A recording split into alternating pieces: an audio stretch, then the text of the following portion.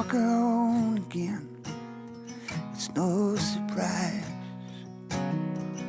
we might share one of many, many lives. And some we rarely lived, and some we slept. Some we want back again, or want to forget.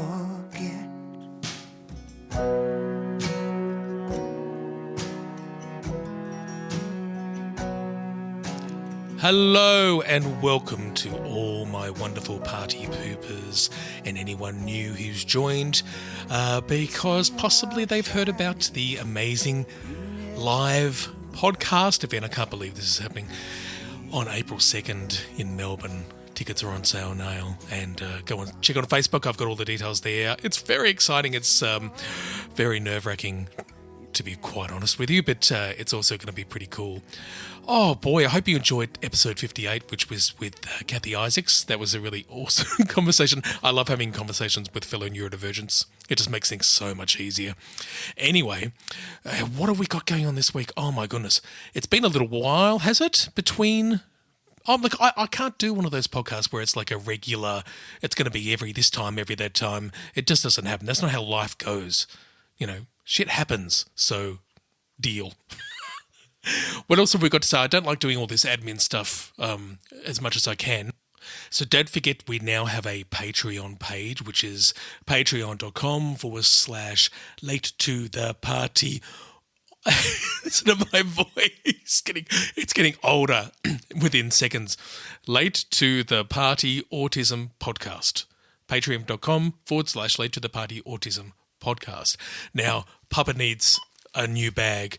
Papa is getting probably about 12 cents a month from various adverts and so forth, and it does cost me to actually run this damn thing. And of course this event is, whilst it's being handled and managed and covered by my local council and the round, it's still costing me time and money to make that happen. Not your problem, but the podcast is your problem. You're listening to it. And it would be wonderful. It's something along the lines of $3 a month, which is basically less than a cup of coffee now. They used to say, oh, it's a cup of coffee. No, it's less than that. It's probably like maybe milk, a little milk or something like that. And that would make a huge difference in just me being able to fix things like microphones and just deal with those little things that happen with time and also the monthly costs that go on. Anyway, let's move on to this months, weeks, fortnights. Well, it's just the next podcast. Let's just say that. We have got an awesome one because we're talking to someone who I absolutely adore. His name is David Hosking. He's someone who I've been watching and enjoying his music way back to probably about 1990, I would say, when I saw him in a local coffee house, actually. I know it sounds weird, but they did have a coffee house, and it was actually the same coffee house that my mother had played in and sang in way back in the 60s. So it was wonderful, and he was just the most amazing gig. It was just him, and I have gone and seen him along with friends and Jen well over 50 times because he's just such an incredible songwriter and an incredible performer. And I can't say enough about this person. He's just the most incredible songwriter. He's one of those individuals who is, if he's wanting to get representation, all those sorts of things that people do when they sign up to a label or whatever. No, he's his own label, and that's why his fourth album was called The Biggest Record Company in the World. David basically earns some money, enough to pay for his next recording, and does it all on his own with his mates, some incredible musicians, and this is what he's done, and he's done 8 albums. He's been a big part of my life, my music life, and I've always respected him incredibly. I think he's one of Australia's greatest songwriters, and I have spruiked him as often as all his fans have done over the years because we love him so much. So he's independent and he's just uncompromising in his art. And this is why I want to talk to him today, because it's something that I've always aspired to and have found struggles in that process And I'm sure many of the listeners are have felt the same way, have had similar situations where they're not quite sure why they weren't able to succeed in ways that they really hoped and dreamed of. So I wanted to speak to David about that because he's someone who I aspire to be like, and that is what this podcast is about. It's about trying to find ways to follow your dreams, to do the things that you want to do, to discuss why it's happened, to find out from other people who have been successful in doing what they wanted to do, how they went about doing it, talking about how to get into that, what they call flow state, that pretty much everyone would probably know what that feels like for things they're passionate about. So that's what it's going to be talking about, and I can't wait to... Oh God. Phone call, really good timing. Anyway, should I answer it? Oh, I think it's my mate Martin, so I'm actually going to have to take this. Give me a second. I'm just going to go and get it.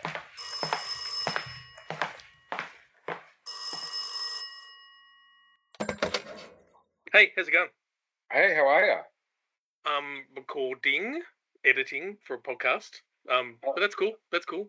Yeah, what's no going on? interrupting. No, it's cool. It's cool. What's up? I just want to see what's happening. I want to catch up. Did you hear anything about? Is this why you're calling? Did you hear about like certain experience I had last week? No, but I want to. Oh, really? Okay. It sounds juicy. Well, it's oh look, it was. Where was Okay, it? so it Jen's mum, the mother-in-law, Yeah. had called me ages ago saying like it was last year saying I want to go on Deal or No Deal. Yeah. And would you come with me? So Yeah. and she didn't ask Jen, she didn't ask her husband, Yeah. or any of her friends or anything like that. She decided that obviously I'm going to be Why? the one. You know why? I reckon because of the voice of the ocean. Oh, okay. She decided that I'm going to be a real hit. Yeah. A real threat. and like, okay, but I didn't really know anything about what was to come. So if I'd known, I would have said absolutely not. But Yeah. I had no choice. I went, okay, let's go. So that was it. Anyway, we went off and we got emailed to say, can you come in? You know, when it was last Friday, and so that's what we did. And then I found out that you had to be there at, I think it was 7:30 in the morning. And so, yeah, that's when I found out that it was going to be 10 hours. Oh, my God. 10 hours I was going to have to sit there. Yeah. And not knowing you could be picked or not. No. So you pulled the plug. No. I had to do it. I'd agreed, the night before, because they said you couldn't wear brown, blue, or black shirts. What did you wear? Like some colourful. I don't have any other shirts. I only have brown, blue shirts. So I had to go out of my way. Eloise took me to Eastland to go and find a loud, bright shirt. Oh, this is an ordeal. It really is, and we found one. And what colour was it? Oh, it's like really yellow and oh, great. It was just awful. And oh God. So it's a very like thin shirt, it's there's not a lot to it. Yeah. And it was just because it was so flimsy, it kind of hugged. Oh my God, which makes me sick. Yeah, me too. I don't like it. So I've got I got what's essentially a girdle. Why does this get worse? I'm gonna stop. This I'm gonna have to do it because I can't go there wearing this shirt. It's a hot day. I can't go there with that. So pull in your stomach. Yeah, just the torso showing all it's got to show, and I couldn't do it, and so that went on. Yeah. Were you hot and sweaty? It didn't matter. That's been the story of my life where people say, "Why are you wearing a jacket? It's summer." I'm like, I'm not hot. And so there it was. Anyway, I felt much more comfortable that way, which is good. That's what those things are there for. They're there to sort of help make you feel supported and all that kind of stuff. And so it was a whole day event. We had to go in there. I'm not going to go through the whole bloody details of it, but essentially it was 10 hours in various groups. You got put into groups of like the 5 different groups or 6 different groups.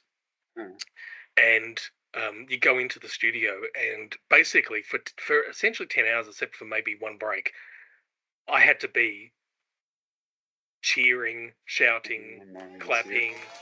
Yeah, I had to be over the top excited and loud, and it was just it was the biggest nightmare of experience that I think I've ever had. It was so bad. You could imagine, because my excitement is my mouth will turn up a bit. Yeah. That's exciting.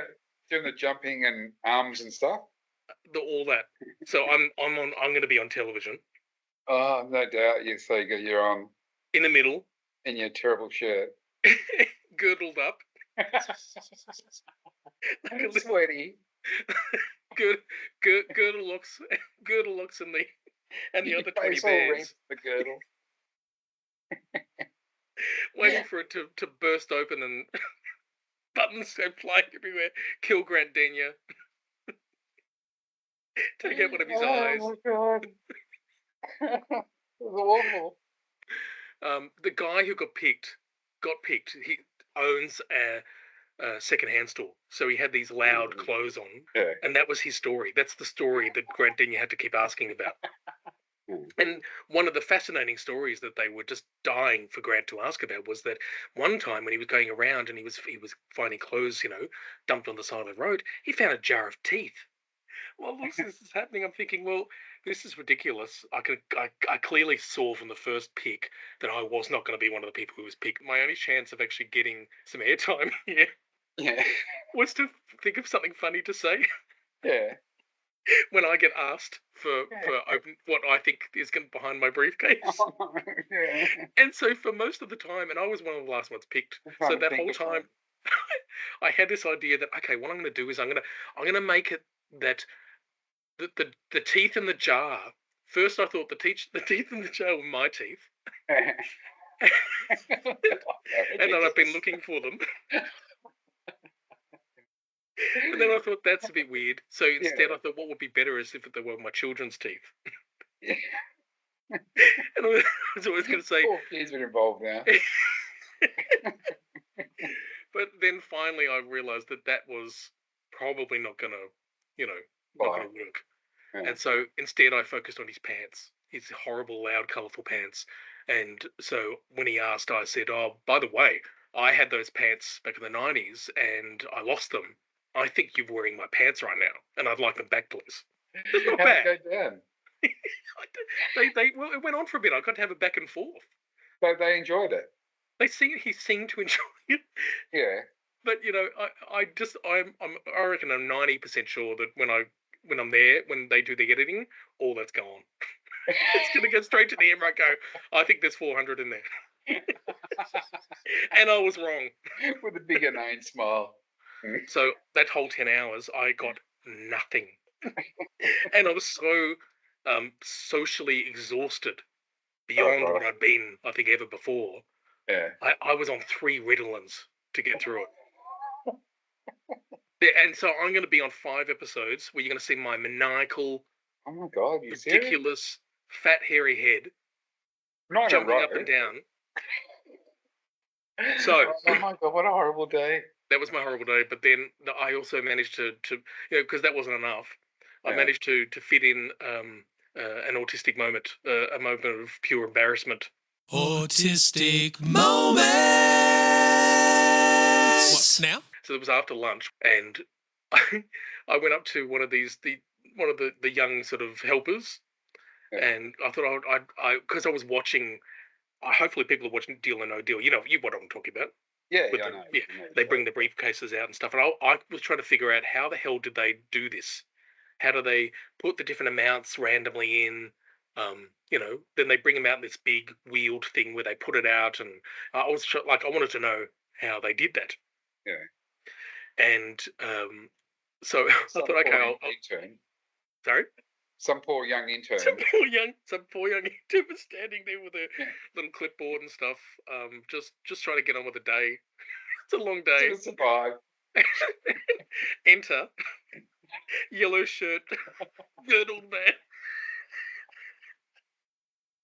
waddling up with his hair tied back and his barely coloured beard, with these big wide eyes, expectantly wanting to get answers and thinking this is going to be interesting. I'm going to drill. And so I got the usual little smile, hello, how are you? Anything I can help you with? Yeah. So the way I asked, can you just tell me a little bit about how the briefcases work? This is how I started it to this poor young girl. I will not be able to go to sleep until I get an answer to this question. You said that. I will not be able to sleep until I get an answer to this question. You said those words. I did. What? And I didn't keep talking. And so then I got that, as I'm sure you've seen that look before, like, oh what? shit, no. I'm in trouble here. This horrible man's going to ask me out on a date. I'm not going to be able to sleep until I get an answer to this question. And the answer's better going to be yes. Is that what you meant to say? I just wanted to say I can't go to sleep until I find out about the briefcases. But I didn't give her the context. In general. And even I could tell that she was immediately uncomfortable. Oh my God, that's horrible. I quickly, after that, went, so it's about the briefcases. It's about the briefcases. I want to know how all that works. And then, I saw the blissful relief, and, I also came to the conclusion that, oh my God, I said the wrong thing there. And also knowing that, I know that I got that horrible face, like, oh my God, imagine. Did she give you an answer, though? She gave me an answer that was pretty quick. She was ready to move on. Please file out. Yeah, it was pretty much dismissed after that. And then, so I wandered off and looked back, and she wasn't going anywhere. She was still standing there. She would rather stand there alone with her clipboard than answer another question. Yeah, another named question. Yeah. Oh God. So that was my. Oh, that is awful experience. I'm never ever. That means I have to watch it though, which I don't want to do. I know. I told people I was there, and now people are saying, "Well, I'm going to be watching every night." That is horrible. I hate it. I hate all of it. Thanks for listening. I wish I hadn't. I'm going to be cringing all night. Anyway, thanks for calling. No problem. Talk soon. Okay, see ya.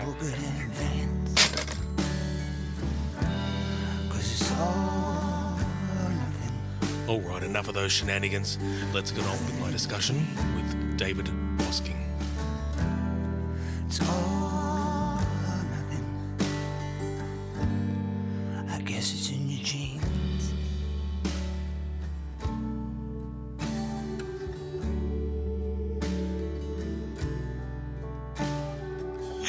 So anyway, welcome, David, to the podcast. How you doing? I'm very good, thank you, Dan. It's been a little while, hasn't it? Yes, probably the last gig, maybe. Pre-COVID. I reckon it's pre-COVID. Pre-COVID, and probably the launch of Butterfly Net. Yeah. Yeah. That's a long time. It's off in town. I can't believe you remember them. I wish I could remember the lyrics in the songs better than I can remember the year. Let's get on with topic number one. Do you want to know what I've called the topic? Yeah. I called this topic, the topic number one is why I'm a failure. Well, you're a failure. Yeah, I remember that in your email. And I kind of had a mental preparation for it. What for? In case I You cried? mean because it was a failure as a musician? Yeah, Yeah. yeah. I don't feel like a failure as someone who writes songs because I love writing songs and I can do it and I do it. Mm. But everything also goes around that because I've had a desire to form bands, and every time I've done it, it's not worked. Mm. I've had a desire to record an album, haven't done it. Mm. All these things have just have for my life throughout my life I've played funerals and weddings and that kinds of stuff, all those sorts of things.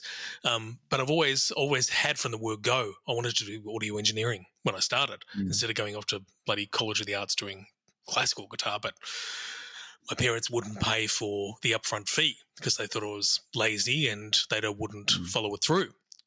But of course I would. It was my absolute passion, and so often went on a different direction. And so, yeah, I got to that stage when I got my diagnosis at 48 of being incredibly down on myself, down and punishing myself for not having succeeded in something that I'm passionate about, and being completely confused as to why I have not been able to do it.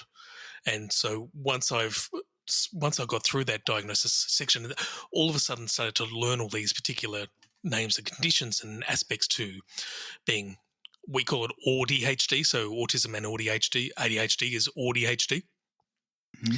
And when I started looking at all the different things that tend to fit, I've started going, oh, and have started to be a little bit more kind to myself, but it doesn't change the fact that the things that I wanted to achieve, I didn't, I gave you some of those particular titles, didn't I? And I just wanted to quickly just sort of mention it to the listeners just so they can look these things up themselves as well. Some of the aspects I think that particularly affect what I'm talking about and is okay, so some of the things are autistic inertia, which is a term used to describe the difficulty some people with on the spectrum have with starting, stopping and switching between tasks. I suppose the focus is on starting here. Another term is task paralysis, which is pretty much the same sort of thing, but it's more along the lines of you feel like you can't do a good job until it's perfect, and so you don't start. That's a very common thing as well. Rejection sensitive dysphoria is also a condition that's it sort of manifests as it's an emotional response to perceived or actual rejection or criticism. Now, that's something that I felt every time I attempted to do something live.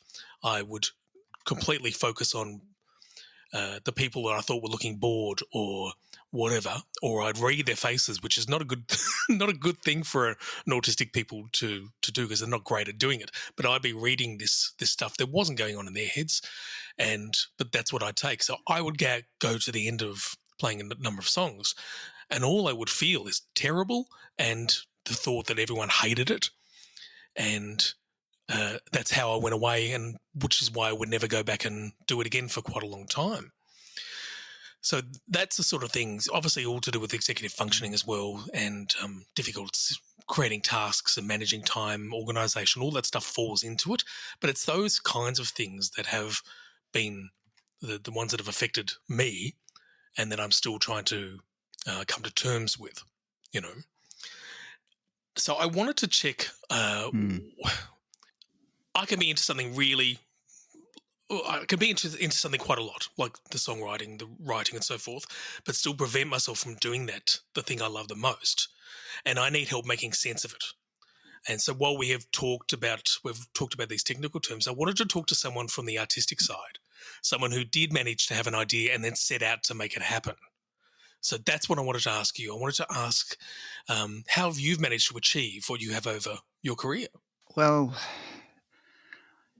I think we would need me to have a camera and a recording device with me since I was in primary school every day to be able to answer that because that's when I decided when I got my first guitar in primary school. That I might not have said it to mum and dad. I'm going to be a musician. Yeah. Because, as you know, I haven't just been a musician. Yeah. Since I left school, I've always had a job, which was none of them were music related. Yeah. But I've always known that I wanted to play music all the time, and I'd hoped that I'd be able to earn a living from it as well, which hasn't happened. But I think the reason that I don't really know, I may have made a big mistake, because I had an idea when I got my first guitar in primary school, and maybe I just wasn't old enough to be making wise decisions. But anyway, I never changed my mind. And every other job that I've ever done, as much as I've loved some of those jobs, and even some of the jobs that I didn't love and, was putting my life at risk doing, I always, every day, would look at my guitar as I walked out to go to work. Yep. And I didn't say, "I'll see you soon, darling," or anything like that, but it would always take over when I got home. Yep. And there was never a day in my life. There were certainly days where I wish I'd never set eyes upon a guitar, or had this crazy idea, which has its own risks as well. To be committed to art in any form. Oh, yeah. Yep. In your case, I've had parallels. I started playing early. I've always loved music. As young as I can recall, 3 years old, whenever I adored music.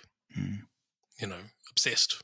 I think, but wouldn't it be good if everybody? Doesn't mean that everybody has to be a musician, but we don't live in a country where kids get the opportunity really to even have a dream to be a musician. It's it's seen as a waste of time.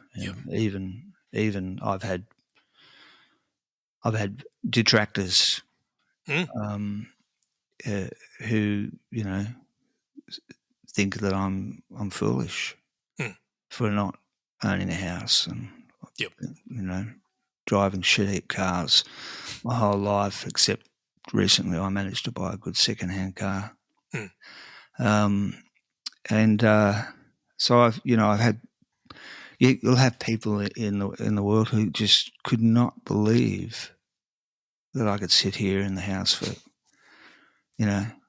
6 to 10 hours when I was younger, and even longer. Can't do it now because of my everything weary hands, and got to be a little bit more careful so I can keep playing. Yep. So do you think that's what it was? Do you think it was a drive, a stubbornness from an early age that just said, well, this is what I'm doing? I'm trying to get my head around the fact that you were, I don't know, there's lots of different words to describe tenacity, stubbornness, those sorts of things, that you started off with saying, well, this is what I'm going to do as a kid. This is it. And so the difference, I guess, is that you did go ahead and do that. You've done 8 albums throughout this time, and it's. Do you see it as a huge achievement? Because I mean, I do. Thank you. So therefore, I do. Have your feelings changed over all these years that you've managed to get to pull out 8 bloody albums? Well, just like I had that, that dream when I was a kid, and it was never dislodged from my brain or my mind or my heart. Of course, there are battles, But the fact that I still do it, and I think I'm of sound mind most of the time. Maybe it has the struggle, because it has been a struggle. Yeah. To feel any kind of success, because after all, we live in Australia, and it's not central like the reception that like we were talking before about David Rawlings and Yeah. Gillian Welch last night. I have never ever seen Australians react like that to an Australian performer. Yeah. And it was heartfelt. They just absolutely loved her, and I might be, you might be making me sound, just because I've got 8 albums, like I'm worthy of any coming close to any kind of like a three encore kind of crowd, which I don't think I am. Oh, you I got think them though. I'm better on record than I think. You used to get them. Oh, hang on, what? Well, yeah, Switch it on. You're better on record than you are. Okay. But anyway, I don't think our culture, for lots and lots of reasons, is places a lot of value on art in general, or music. In my case, music. I've got wonderful supporters who come to all my gigs and repeatedly over the years are still coming, and so, but it's just not. That doesn't pay the bills, and that Well, doesn't. Why do you keep making them? Why is there another one coming out? Because I keep writing songs, and I think my songs are getting better, and I've got more to say. I think my songs have got better over the years, but it doesn't mean I've gone ahead and done 8 albums. Well, so why do you keep doing it? My prescription for you is pick a song, set your gear up, and just record it. I've started to, just do it. Yep. Don't worry about any mistakes. Yep. Just say the first thing I'm going to do is I'm going to record a song with mistakes. Yep. And then learn, and then go back and listen to it, and don't think that something is a mistake unless you're absolutely sure, because sometimes it's meant to happen. Absolutely. It's not a mistake at all. Just like when you used to look out at the crowd and you used to try and read people's minds. Sometimes the song is coming out of the guitar or whatever, or your voice, the way that it's meant to, not the way that you think it should be.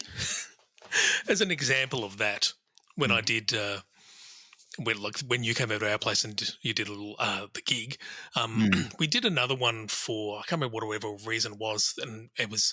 And I did about 4 or 5 songs, and then we found some busker just up the road in Mitcham, and she sounded fantastic, and we thought let's give her a chance, give her a bit of money, and just give her a chance to do a bit of a gig, and it was lovely, And so anyway, I did my 4 or 5 songs, and I do remember my friend Martin, who you've met before, that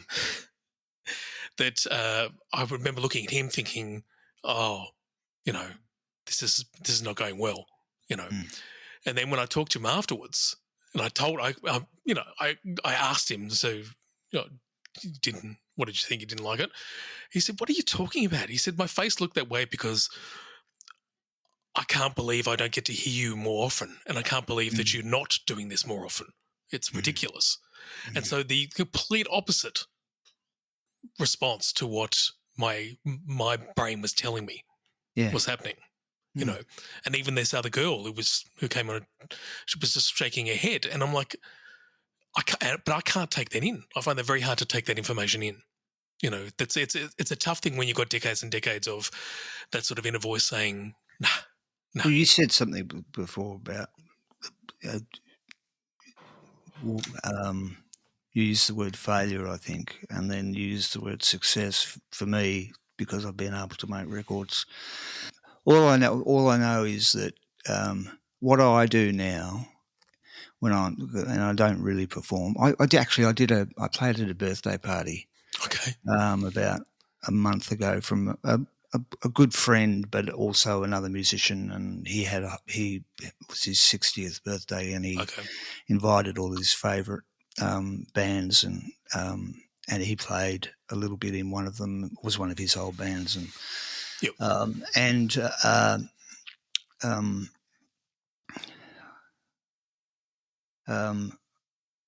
I hadn't done a gig for a while, and I was really, really looking forward to it.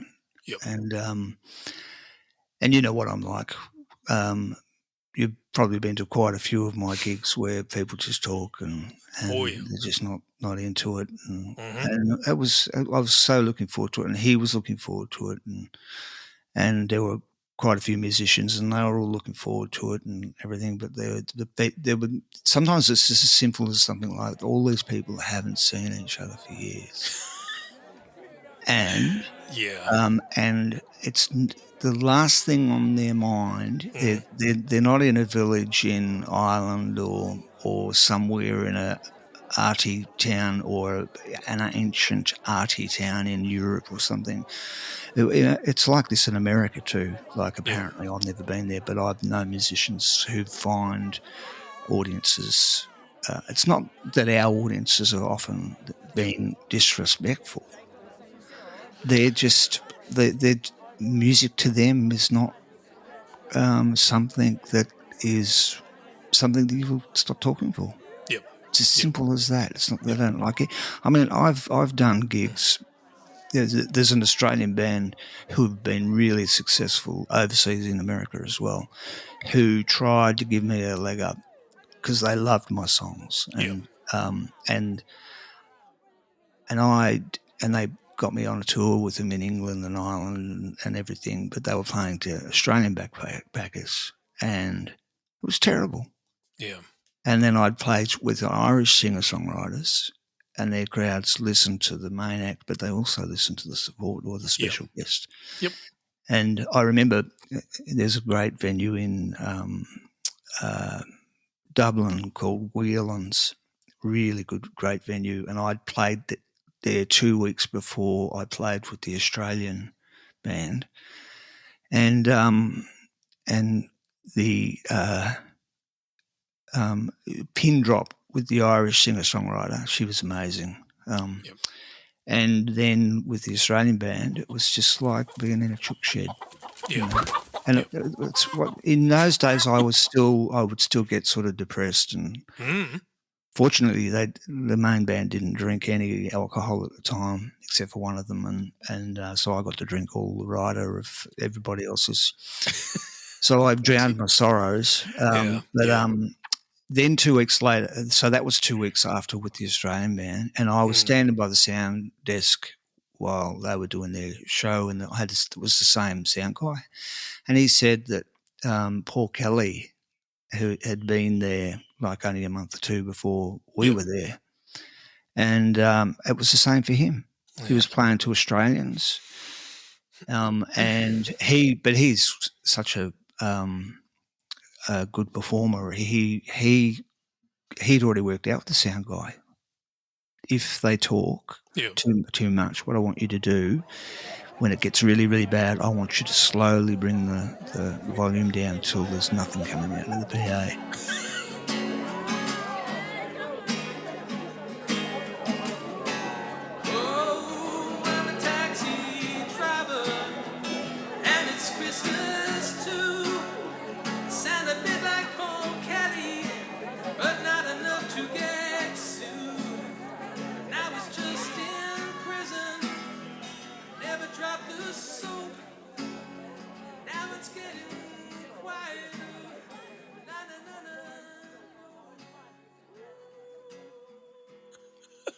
And as soon as that happened, it took a while. Like he was still singing, and then all of a sudden, the crowd, because it was silent, like they couldn't hear him anymore. That's when they stopped talking, and they turned around. And he said, I think Seamus, I think his name was, said, and then he said, "Now that's a little bit better, isn't it?" But as soon as he put the sound back up, they started talking again. Oh my God! And I've heard I've heard like people that do tours and things like that purposefully don't target their Australian backpacker audience, Right? because they want to build new Yep. followings. Yep. And so the way to do that is to play to better crowds. Yep. Wow. And so they don't put posters up in youth hostels and things like that, because they don't want Australians at their gigs. God. But having said that, there are many Australians. They're the best audiences in the world too. You just got to handpick them. Handpick them. That's right. Yeah. You know, you've known me for quite a while and seen me play to good crowds too. You know, and I can manage to do it with a little bit of practice. You know, tell stories and be nice and not yell at people.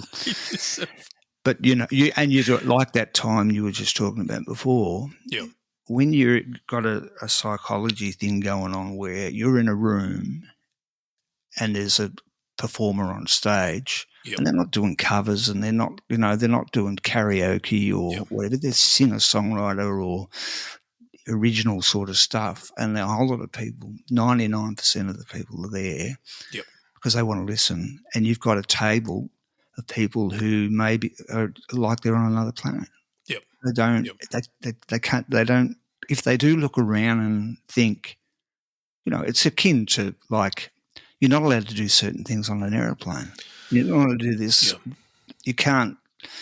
Like we weren't supposed to take photos or videos last night at the concert. I heard that. Yeah. Those kind of. I didn't know, but I could see that no one was doing it. And you know, all through society, there are just polite things that you do, and little things that, like, you know, screaming at the top of your lungs and trying to have a conversation when everybody else in the room is there for another reason, and when you can't notice that, you're either just self-absorbed up your arsehole, or you're got an issue. Like if someone started, you know, if two people were having an argument and it was, that's different, you know, but and it was something that couldn't be, it just blew up and can't be taken outside or whatever. But most of the times it's just people absorbed in their own little world, and they're just not aware of their surroundings, or they don't care about the other people in the room. That's the world we live in, isn't it? Yeah. Well, at a more subtle level, if there are no ones making those loud noises and having their own conversations, are you looking at people's faces and going, are they enjoying this? Are they not? Or do you just get to the point where you're like, I don't give a shit, I'm doing my best? Well, no, I have always, even when I've had the worst gigs in my life, I have always stepped on the stage to give my whole heart. Yeah. And to hope and hope that it's not going to be that way, you know, that I'm going to, because you can't perform properly if there's any kind of battle going on. Yeah. You know, you'll have people that give you advice and say, you know, let's be clear, David. You know, not that anyone's ever said to me this, but if you were good, people would listen. You know, or if they're not listening, you've got to get them listening. Yes, that's right. That's all right for some sorts of music. Yes. Yep. Some really, really, really good bands are really, really, really good because they get people up dancing and they get people up drinking and they get, you know. So there's lots and lots of, you know, tricks that will help you, but there's just some artists that, you know, are not not those kind of performers, and you can't pretend to be because it's not in your nature, and that's why you write the songs the way you write your songs. And that's why the ones that love your music come to see you play, because you haven't spent 2 hours in front of the mirror and to do your makeup and and your hair and you know, I wish I had the whole kit and caboodle, but I don't. I remember I've got one. I'll actually put it out one day where I remember I actually smashed my guitar up at the gig, and it got recorded. I didn't know it was being recorded. It was just a desk mix, but our sound guy put a cassette player and put a tape in the thing. And anyway, and I remember being back at the house after the gig, and we were listening to this tape, and it was a drum and rhythm section band with two guitar players, and I had to ask the other guitar player, "Is that you or me?" even though our guitar sounds were quite different, I couldn't remember it, and it's recorded. So one day I'll get it mastered and I'll put it out. This is great. I got little theme songs for different things, and one is a crappy segue or a good segue, and that's a good segue. This is a very good segue. A really good segue, because we're starting to talk about that idea of creative flow, and I know that I sent you that little article that was written by Blind Boy, who people on the podcast know I love him, and I'll be seeing him live too. He's going to be doing a live podcast this year in Melbourne, but so he talks about flow a lot. The flow states, and he obviously gave his descriptions how he gets into that flow state. I'd like to call it feel flows because it's a Beach Boys song, and feel flows, flows. That feel the flow. So for people who don't know what we're talking about, it's basically sort of putting yourself into a mental state of being completely present and fully immersed in whatever task you're doing. So creative flow is something that could be happening for anything you do. It doesn't have to be art as such. But there's others who literally hand over that creative process to a god or the universe and define themselves as a vessel, despite all the hard work they've done to get to there. So your creative flow, I want to go back sort of to the beginnings of creating when you were young. So you've got yourself your first guitar. Were you beginning to feel what that flow state is early on when you started just picking up and messing around? I think always it's just been I'm just playing the guitar or the piano or whatever instrument I might have in my hands. Yep. And it'll just happen. It could be a riff on the guitar or the piano or whatever I'm playing, which immediately I'll go, oh, what's going on there? Or that's interesting. And because it could be just because it's something that you just know. Yeah. Like I could play, let's say I could play the beginning of Stairway to Heaven, the guitar part, I could even be fiddling around with that, and then all of a sudden I've got the capo on the wrong fret, or I make a mistake and I go, oh, I'm not playing that anymore. Now I'm playing something else, and then I'll have this immediate gatekeeper in my head go before I pursue this idea. I might play it for a few minutes or something. And I go, oh no, that's why I stopped and thought that was a good idea because it's someone else's. It might have been Stairway to Heaven. That's a poor analogy because everybody knows what it is. But how could you not know straight away, David? But yeah, so you'll go through. I'll go through this very short tick box thing, like making sure that I'm not stealing it or anything, or I might discover later that gee, does sound like a little bit like this, but it's hardly ever happened, and I guess it's the same as when the words come. The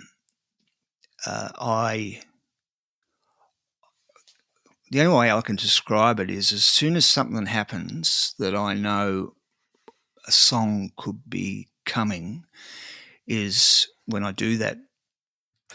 Might be a riff, or it might be the way whatever the words that come out of my mouth. Yeah. I get a shiver. Yes. Something happens that makes me think, yeah. That's probably that creative part of the brain. Absolutely. Yeah. Just connecting. Yep. And saying, right, you're onto something here, and then I could be obsessed. Like I've got this riff at the moment, which is just killing me because I think it's really, really good, and but no words are coming out that are giving me that shiver. I've had a melody in my head since my 20s, or maybe even earlier, probably even earlier actually, that is just always there, and it's just. And You've it's recorded it? I don't need to, because it's literally just. I ended up putting words on it which don't make a lot of sense, but it's just, maybe it's time that we all had it all. So do do do do do do do do do do, and that pops up in my head on a weekly basis, and I don't know why, but it's just always there. But it's never been a melody that I felt I need to expand on. Yeah, at least you could record it, and you never know. It might that just for some people anyway. Yeah. Like I've thought about doing that with this particular riff that I can't get any words, because I can get here with the recording group and put the headphones on and get a bit lost, and I've done that, and the playing the groove and everything, and the chords and the melody and the chords is really. I keep going to different, I came up with the tune on the piano, right, and then so that's part of the process. It started on the piano, and then somehow, because the melody and the chords were a little bit tricky, that takes up too much of my focus and concentration while I'm trying to play it. So then, but with the guitar, it's a lot easier for me to. Yes. Because I can, it's like driving the car with a blindfold on, but I'm not going to crash because I know what I'm doing. Yep. And so that it frees up the brain for wherever the words come from. Words later, or sometimes first? Usually together. And then I might, if I've got the structure of the song pretty cemented in my head, doesn't mean it won't change for whatever reason, but I might sit just with the paper in front of me and the pen. I've got enough lines, or the syncopation of the words, or whatever the time, and the groove is in my head, and I can work on the lyrics without the guitar. Okay. But most of the time, I still do it with the instrument, because I find that therapeutic. Do you sing nonsense words? That's how I often start. I never used to. Yeah. Sounds. You're making sounds, vowels. I think some of my earlier songs were nonsense, and I didn't realize, and so they ended up in the song. But now I will try and sometimes free up if I'm struggling. I will try and get myself into not so much a trance, but just play over and because I'll play the riff or the chords. Especially I've got a few words for this song that I'm struggling with at the moment. Well, it's only been a couple of weeks that I got the riff, and I've got a few words, but my best advice to myself has always been If you're not getting anywhere with those words, then you've got the wrong words for the tune. Right. Yep. And that can be even that can be when you've got most of the song done. You could have one line missing. Yep. At the very end, like the conclusion or whatever it is you wanted to say, and often in my case, it's because the line before I thought was okay, but there's something wrong with that, and that's why.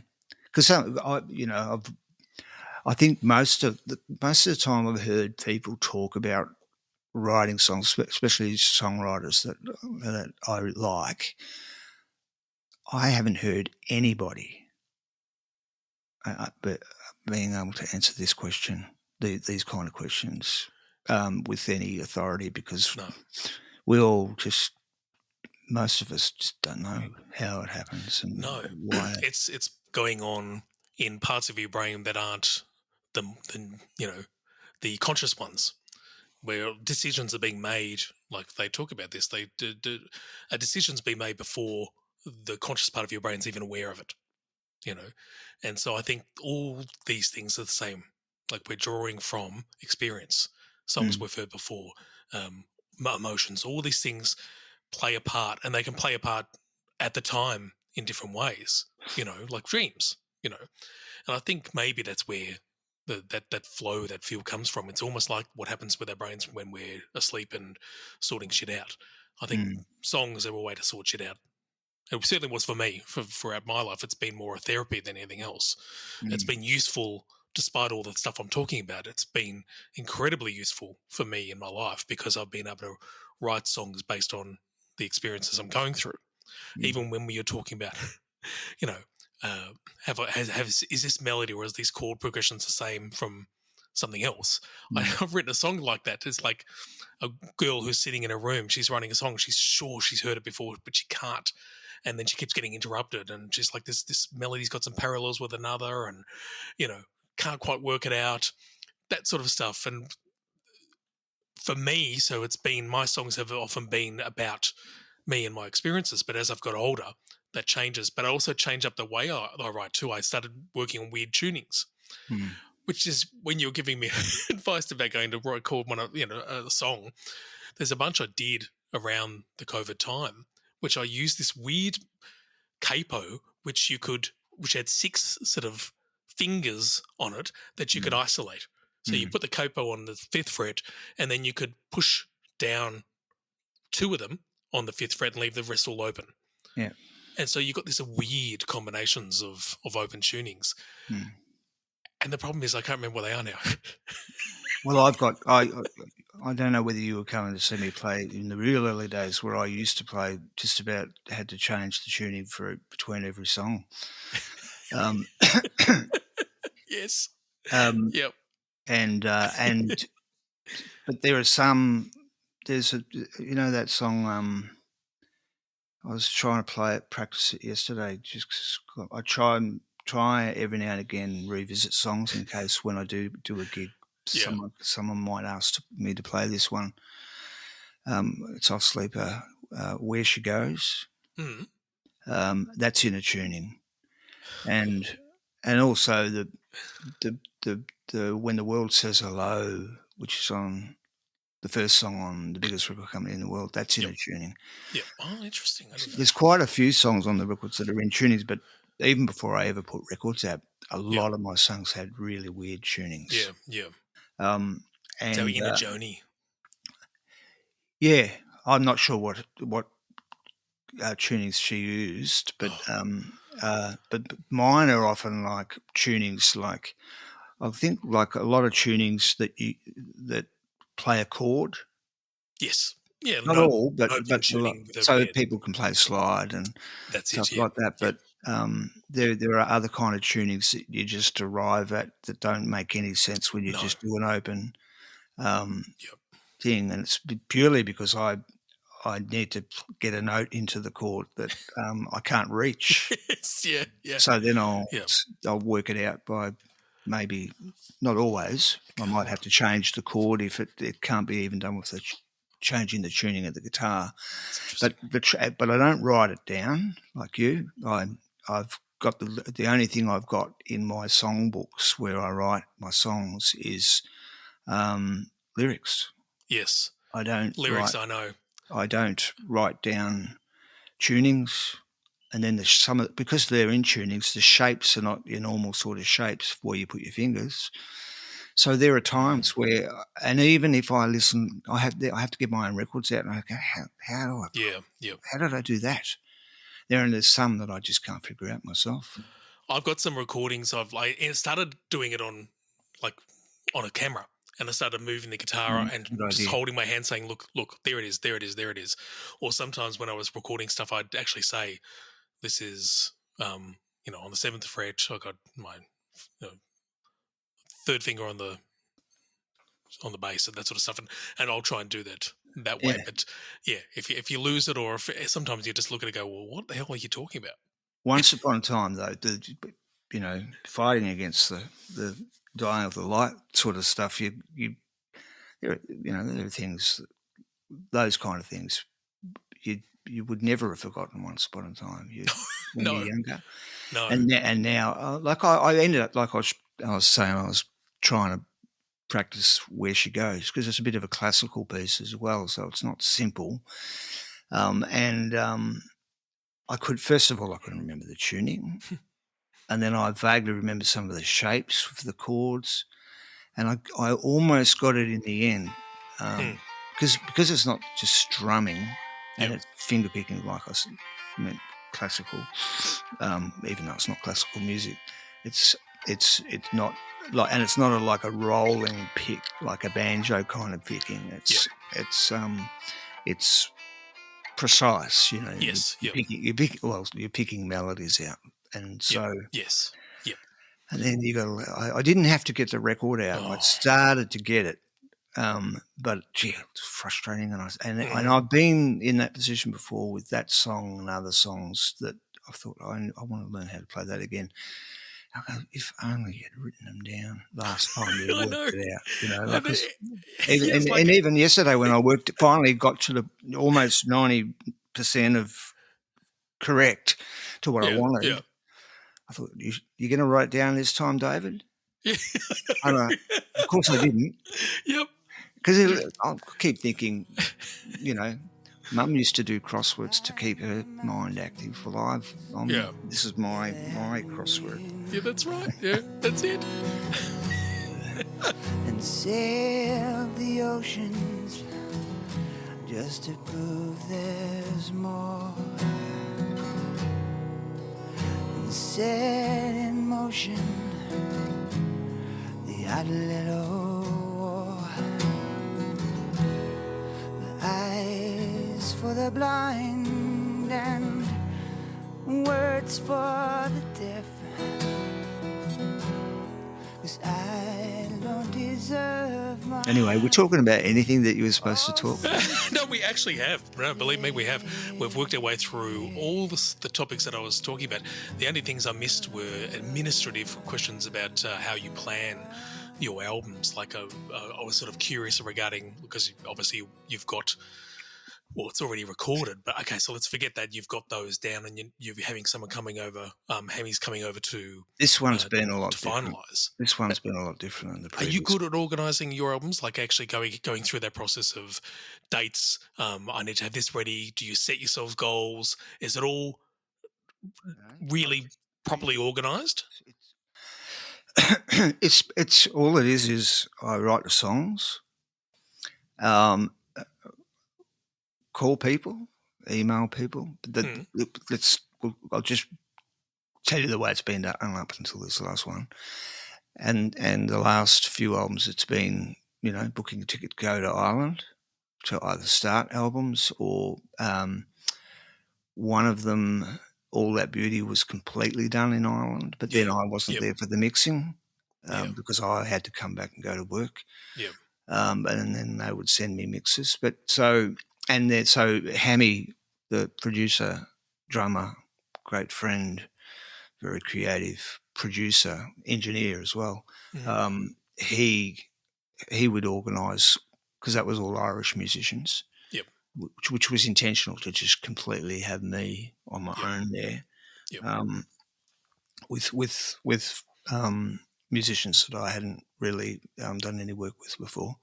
And so, depending on whether the song was going to be played live in the studio with as many people that could make it, or but Hammy did all those organisations. But in the past, we would I would be the one that would book the studio and Okay, so you're pretty well organised with that sort of stuff. yeah.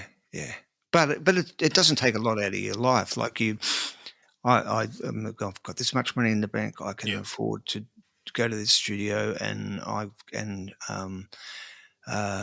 know I'll talk to people, see if they're available, because everybody else worked. Like, none of that. In the past, none of the other musicians that I've ever recorded with or worked with haven't had to have another job. Right. Job. Yep. But the ones on my records anyway. Yep. Some of them had music related, like music teaching, and or not related at all. So the stuff that you're talking about and how you're saying, you just make a phone call and things like that.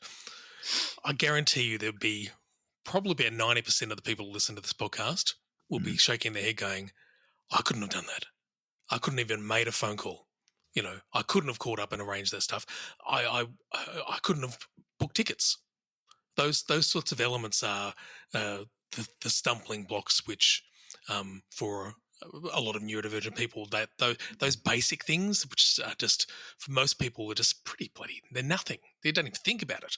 But they're actually the tougher ones. The creation side, the art side, love it. Mixing it around, playing it up, thinking outside the square, all those sorts of things come a bit easier. They feel like home. But the organisation, that sort of stuff, that's nightmarish for some people.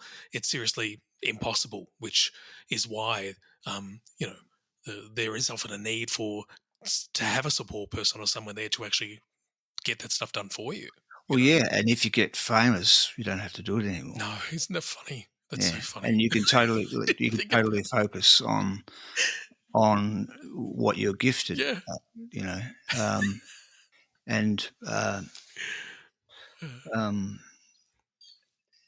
I don't know what it's like to not be a musician but have a full-time job. I quit my job almost a year ago now, or 6 months ago, and it's been a big change for me. But fortunately, my arms and my body is okay, so I've been able to weather sitting in front of all day, every day, playing the piano and playing the guitar and working on my electric guitar tone, and this phantom gig that I might do one day. Do you think that the way you've set things up has been to facilitate this side of you, the musical side of you, the songwriting side of you, that you haven't gone some of the traditional routes? You haven't bought the expensive car. You haven't gone to the whole family and kids thing. You haven't spent a fortune on getting a mortgage. All these things that are the expectations of what people are supposed to do are things that you haven't necessarily done those, and work has been a means for you to pay for the records and things like that. Yeah, it's like I said, I made that decision. As a 10-year-old. When I think back, I just know that that's when I started playing guitar, and always playing guitar, and I knew as I got older, every job, like for example, I put the vinyl out in 1990, and I went to the bank and got a loan. I was working part-time. What was I doing then? I think I was working in childcare centres, and part-time, of course. Earlier, I had full-time jobs in factories, and I was a wharf carpenter, and You did disabilities too, didn't you, for a while? Yeah, but that wasn't then. Yep. And then I remember going back to the bank because I paid that loan off really quickly. Yep. After putting that record out, and then the world went to shit, and the bank wouldn't give me any money to put the second one out. And of course, yeah. everything started to change back in the early 90s. And so the part-time job that I had then in disability, and I was also working still with kids as well in childcare. My boss in the disability job, he knew that the bank had knocked me back for this to put the second record out. Yeah. So he said, "How about you come and work with me full time, just for 6 months to save up to put your record out?" And I did, and then I did that for 33 years. Yep.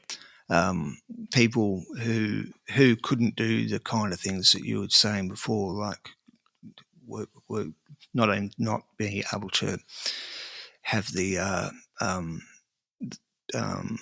what's capabilities? Wouldn't even my first few records. I didn't have a mobile phone. I did it all from a landline and lived in houses without a phone. Yeah. Because couldn't afford to have a phone. Yeah. And I managed to, my first few years of getting gigs were organised standing in phone booths. They could never call me back. I'd have to just ring them, and if they weren't there, I'd have to go back to the phone box and ring them again at another time. Yep. So, yeah. So are you dogged or you're crazy? Which one do you think you are? Like I said, an artist or just nuts? It's someone who, like I said before, the adults in my life at many times in my life, like grandfathers and fathers and next door neighbours, who are the breadwinners or the ones that didn't have the choice in their lives. No. Somewhat, I remember living next to a guy who not only was a father, but was had to flee his country because his family were at risk, and so for someone like him who had been through what he'd been through, for me to make this what he might think was a choice between family and kids and stability and a house and or land and stuff like that. He just could never, we used to have coffees together all the time. He'd sit out the front and he'd wait for me to get home and say, "Come in, David." And we'd talk for hours and he'd tell me all his stories and stuff. And he could never get it. He used to actually, when we became good friends and he would talk to me a lot and spend a lot of time in there, he actually did have a go, like get angry with me. Thinking you were indulgent. No, it wasn't like that. He couldn't. We never really talked about him. Just so he didn't get it. He gave me a real lecture with a kind of a school teacher kind of sound in his voice, because he just thought I was what he didn't say it, but wasting my life. Well, what do you think though? Who do you believe? Do you believe him? I don't have a choice. But I'm saying, I know you don't have a choice, but would you believe his voice saying, what a waste? Or are you believing other voices to say, what an amazing career, what an amazing achievements you've had? Well, I don't feel successful. So in the sense that I have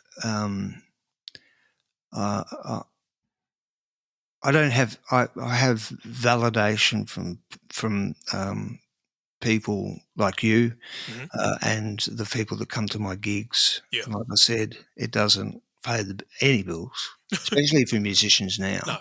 No. With the streaming and everything, it's just it's a joke.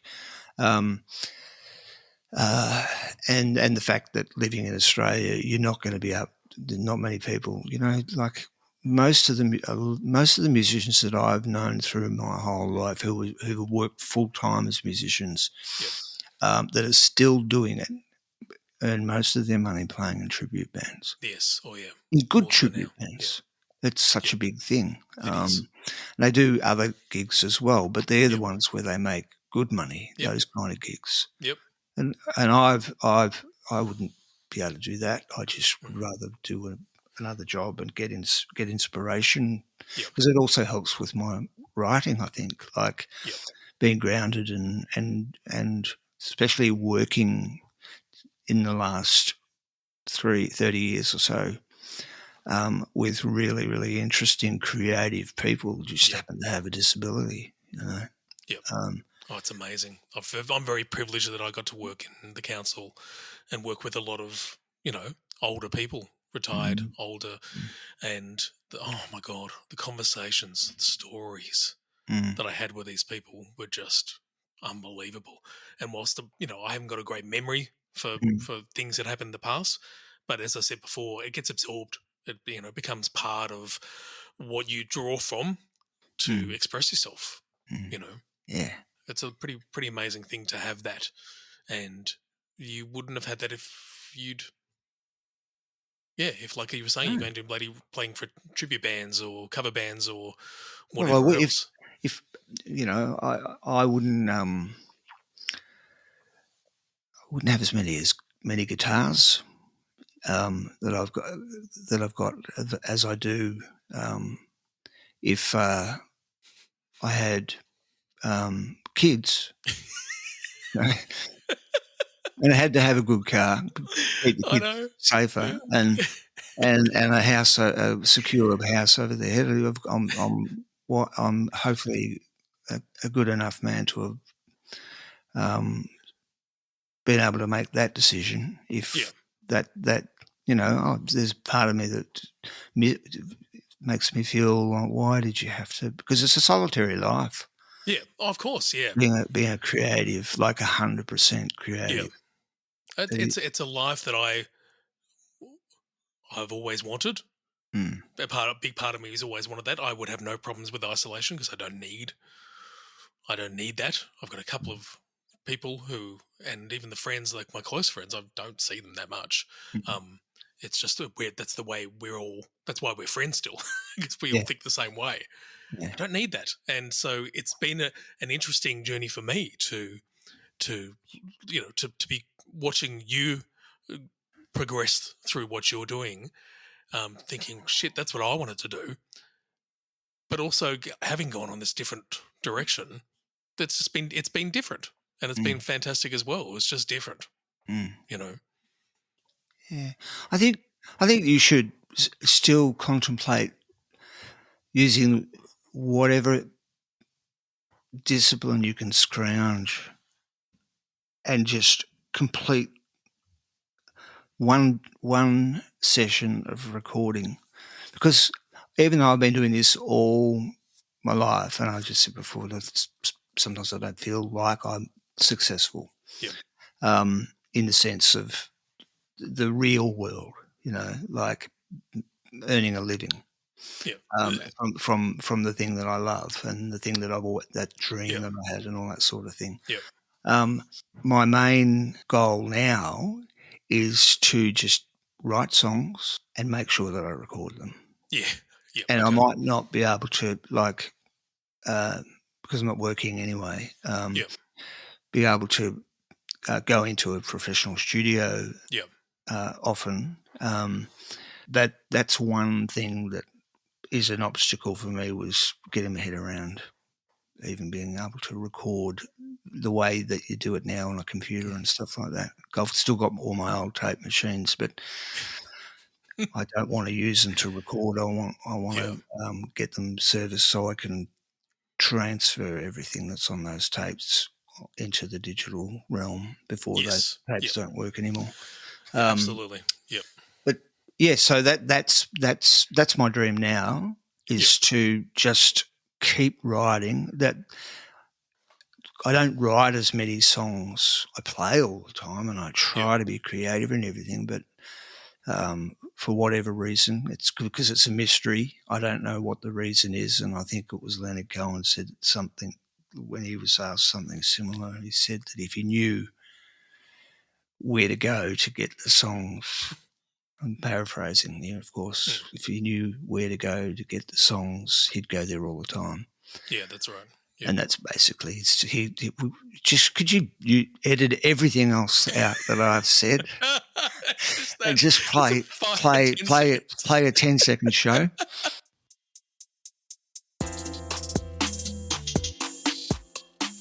Welcome to the podcast, and this is my interview with David Hosking.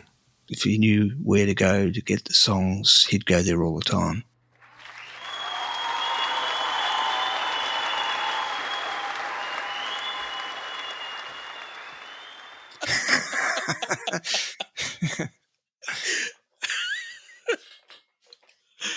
Oh God, yeah. So I don't write as many songs as I used to, but I think that it's my opinion, but it's 100% subjective. Is that I reckon my words in the last few years anyway, have got better. Okay. Yeah. And even some of the melodies maybe. Yep. There's a few highlights, I guess, even years ago, but I think some of the ones that, for whatever reason, and I don't think doesn't feel like experience as a musician has broadened made my palette bigger or whatever, the melodic palette better. Certainly the editing of the lyric skill has got better, probably just because of getting older and wiser. Yeah. And being aware that, I wish I'd been a little bit more censored a few songs, or I know there are songs with lines in them that are on records even that I know. At the time, I thought, why can't I make that line better or that word better? Yes, I am. But I never highlight which ones they are, because often it's someone's favourite line. Favourite word, exactly. Yeah. Be careful. Yeah. Be careful. It's been so good talking to you as well. It's been fantastic. And likewise. Thanks for asking me to participate.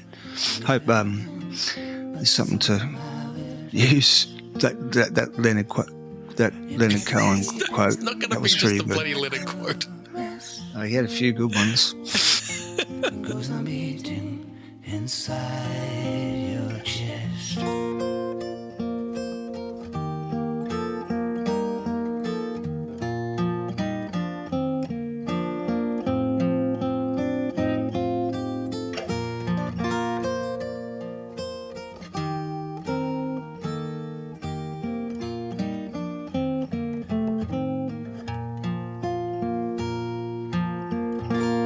So point your screaming at the sky and go on dreaming and asking why, and put some thinking before the words.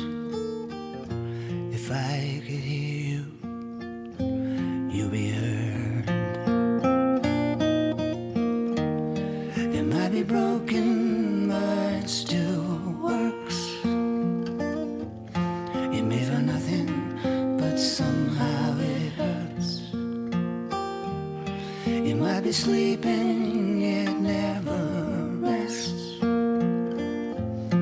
It goes on beating inside your chest. It might be broken, but it still works. You may feel nothing, but somehow it hurts.